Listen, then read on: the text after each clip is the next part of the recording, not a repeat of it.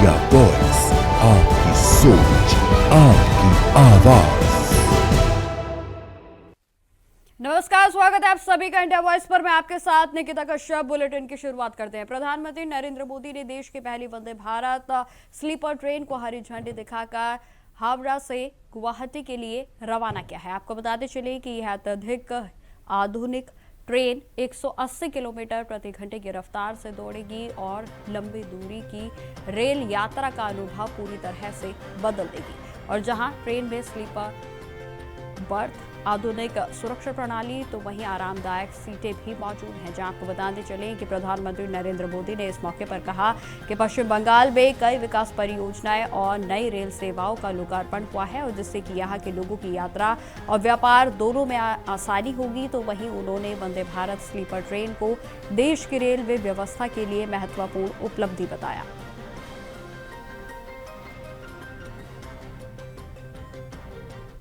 आज मालदा से पश्चिम बंगाल की प्रगति को गति देने का अभियान और तेज हुआ है।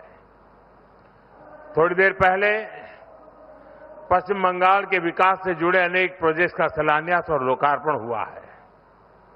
नई रेल सेवाएं पश्चिम बंगाल को मिली हैं।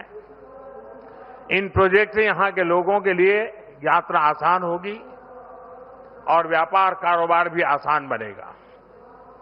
यहां जो ट्रेन मेंटेनेंस से जुड़ी नई सुविधाएं बनी हैं, इससे बंगाल के नौजवानों को नए अवसर मिलेंगे।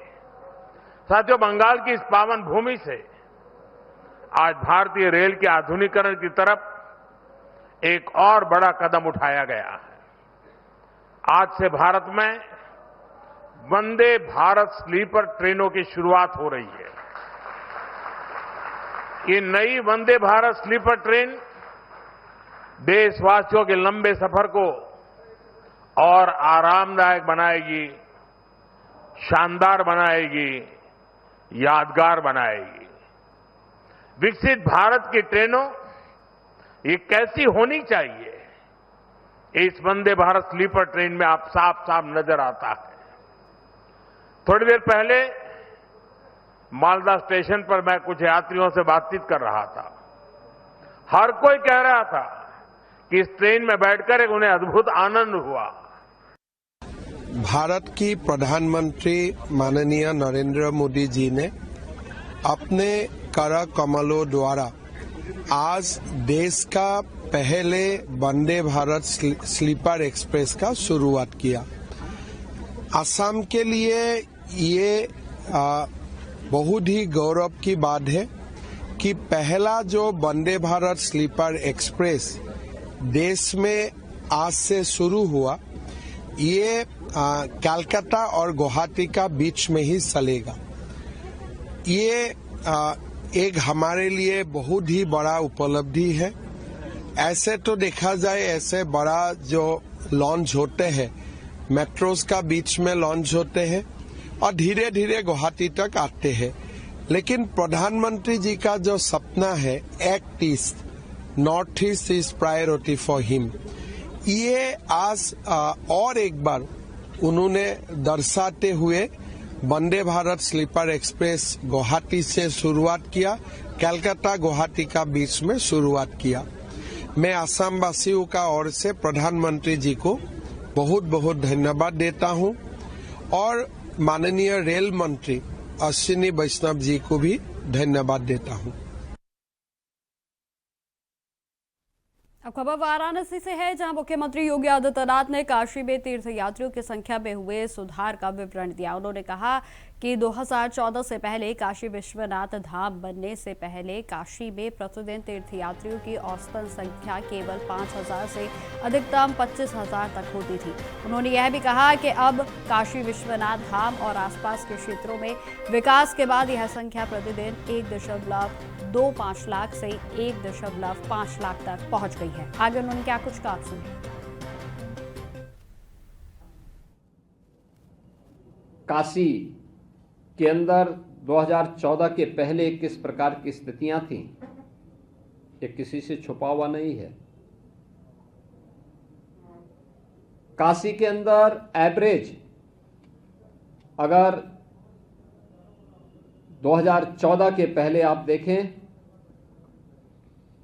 या मैं कहता हूं कि काशी विश्वनाथ धाम बनने के पहले काशी के अंदर एवरेज जो श्रद्धालुओं की संख्या थी वह 5,000 से लेकर के मैक्सिमम 25,000 तक पहुंचती थी। आज उसी काशी में एवरेज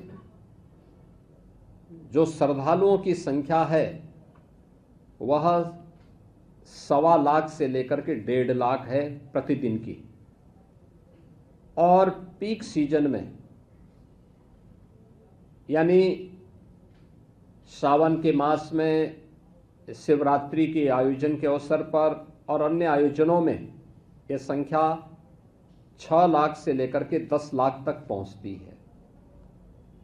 अकेले गत वर्ष ही काशी में 11 करोड़ से अधिक श्रद्धालुओं ने काशी में बाबा विश्वनाथ धाम में दर्शन किया। काशी के समग्र विकास को उन्होंने देखा और काशी के अंदर चल रही इन विकास की योजनाओं में अपना योगदान भी किया। पिछले यानी काशी विश्वनाथ धाम बनने के बाद से लेकर के अब तक अकेले काशी ने देश की जीडीपी में 1.3 लाख करोड़ रुपए का योगदान किया है। अब खबर चंदौली से है, जहां उत्तर प्रदेश में मुख्यमंत्री योगी आदित्यनाथ ने 286 करोड़ के इंटीग्रेटेड कोर्ट कॉम्प्लेक्स का आधारशिला रखने का समारोह में उनकी ओर से हिस्सा लिया गया और जहां इस अवसर पर भारत के मुख्य न्यायाधीश जस्टिस सूर्यकांत भी मौजूद रहे। बताते चले कि मुख्यमंत्री ने शिलान्यास समारोह को संबोधित करते हुए कहा कि नया कोर्ट कॉम्प्लेक्स न्याय प्रक्रिया को और भी अधिक सुगम, तेज और पारदर्शी बनाएगा। इस परियोजना से चंदौली में कानूनी ढांचे को मजबूत करने के साथ साथ वकीलों और नागरिकों को बेहतर सुविधाएं मिलेंगी।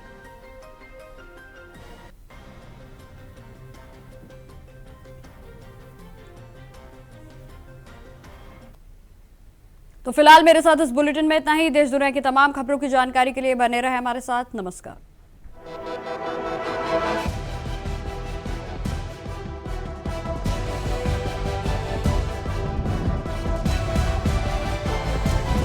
इंडिया वॉइस, आपकी सोच, आपकी आवाज।